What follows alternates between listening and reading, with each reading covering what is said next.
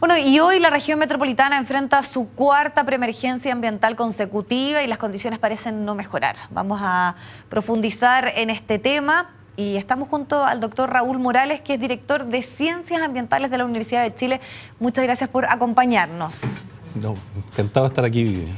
Y hay estudios que dan cuenta, porque por estos días estamos hablando muchísimo de la mala condición del aire, las situaciones críticas, que dan cuenta de cómo esto influye directamente en la mortandad, podríamos decir, que se analiza año a año, y hay cerca de 4.000 personas que mueren de forma prematura en relación a la contaminación.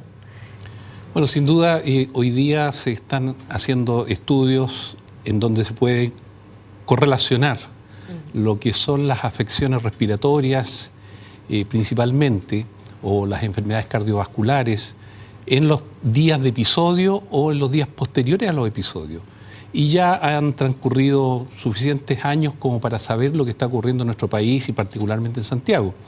De hecho, nosotros hemos terminado un estudio de 5 años de un análisis comparativo en relación a la incidencia de las enfermedades respiratorias producidas por la contaminación, y obviamente eso empieza a tener impactos al nivel de lo que usted señala. Ahora, llama la atención que el hecho de estar expuesto a una contaminación tan grave como la que estamos viendo por estos días y como la que se da siempre año a año, puede provocar situaciones tan complejas desde el punto de vista de la salud, similares, por ejemplo, a las personas que fuman. Estamos hablando de tumores, fibrosis pulmonares.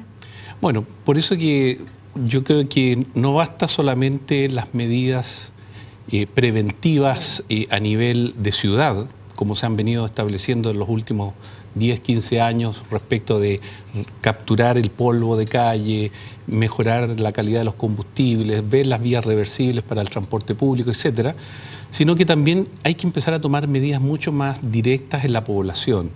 Yo he estado ya de algún tiempo recomendando, por ejemplo, que las personas, principalmente los niños o los adultos mayores, tomen antioxidantes. Estamos respirando sustancias que son muy oxidativas, generan lo que se llama el estrés oxidativo, y por lo tanto estamos en la obligación de tomar antioxidantes. Un antioxidante relativamente barato y de fácil acceso es la vitamina C.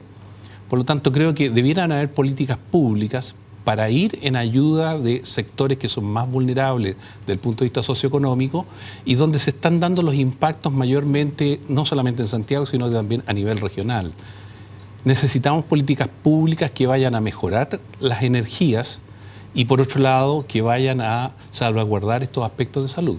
Ahora, ¿esas políticas públicas están contemplando planes de manera más integral? Se lo pregunto porque ayer también hablábamos con un especialista en urbanismo, que también planteaba su punto de vista respecto al tema, por ejemplo, de la excesiva centralización, que está viviendo en Santiago una cantidad de gente desproporcionada para el territorio, y ahí no hay, por ejemplo, políticas que incentiven a esas personas a vivir fuera de la región metropolitana, o, por ejemplo, lo que pasa con los suburbios, la utilización del automóvil.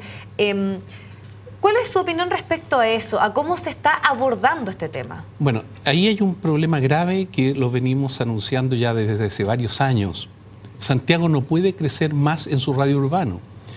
Fijémonos que el aire fresco de Santiago entra por el callejón del río Maipo, en lo que corresponde a la zona de Melipilla, Talagante, Maipú, Santiago. Es ahí la zona de aire fresco.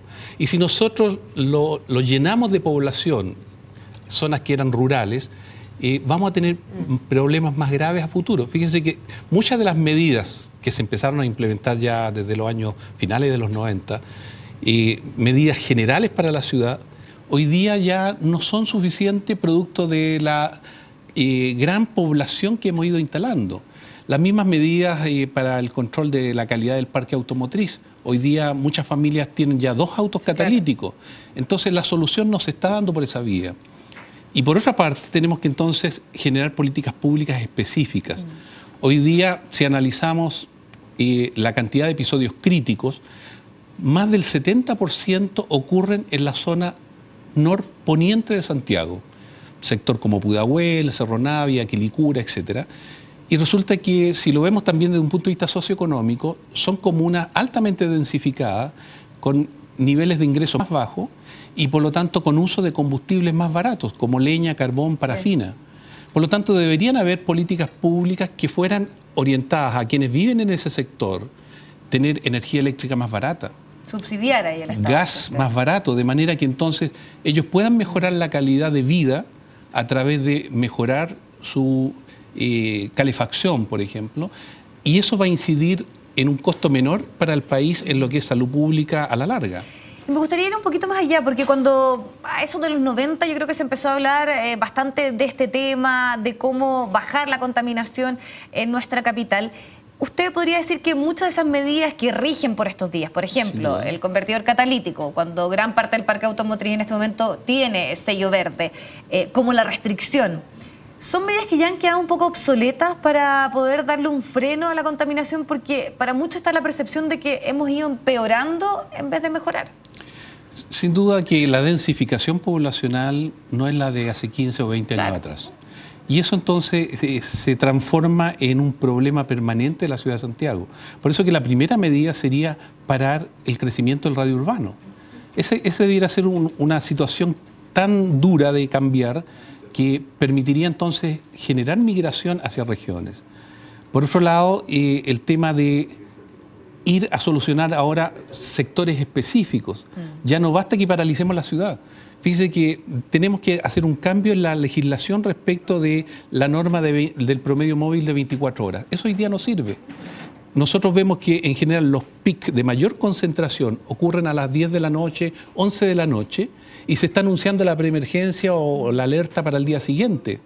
Claro. O sea, la gente está experimentando todo el proceso de contaminación desde las 4 de la tarde hasta las 4 de la mañana. Y sin embargo están en sus casas y no se les ha avisado.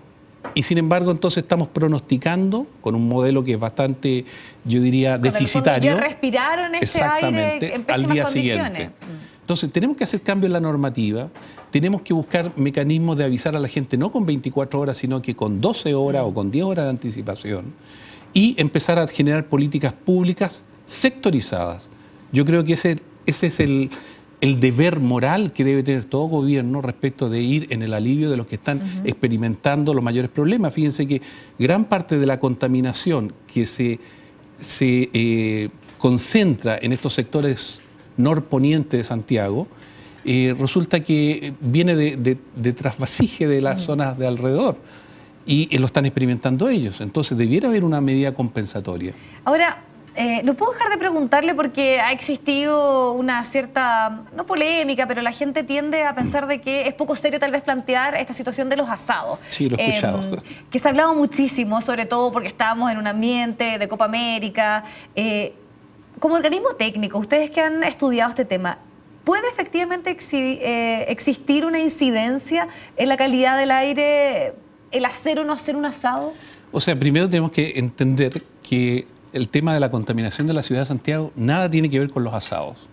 Ahora, que se dé una situación puntual de que va a haber mayor producción de gases y de humos, producto de quienes hagan asados con leña o con carbón, también hay que compensarlo con que el transporte baja. La gente ya no está usando los automóviles. Están en sus casas, entonces, claro. Tendríamos que empezar a comparar esas dos fuentes. Una fuente que disminuye enormemente y otra fuente que en forma relativa aumenta por algunas horas. De modo que yo diría que eso es más bien una cosa anecdótica, casi un chiste, diría yo, desde el punto de vista técnico. Usted dice que no tiene una incidencia, entonces. O sea, yo creo que la valoración que de eso se hace no tiene un soporte científico apropiado. ¿Y por qué cree usted que las autoridades han focalizado un poco en los últimos días el tema de la emergencia y la preemergencia en eso en particular? Yo creo que es una forma probablemente de enseñar a la población que la contaminación la podemos estar generando cotidianamente, pero hay que ver que llevamos una semana de preemergencia o de altos niveles de contaminación y no estamos haciendo asado todos los días. Perfecto. Le queremos agradecer muchísimo su tiempo para hablar de este tema que nos tiene a todos bastante preocupados, así que hay que seguir atentos a ver qué es lo que ocurre con nuestra calidad del aire. Tomar antioxidantes, que la gente tome vitamina C, eso le va a ayudar a que sus organismos respondan de mejor manera frente a estos periodos de preemergencia. Perfecto, buenísima recomendación también. Gracias. Muy bien.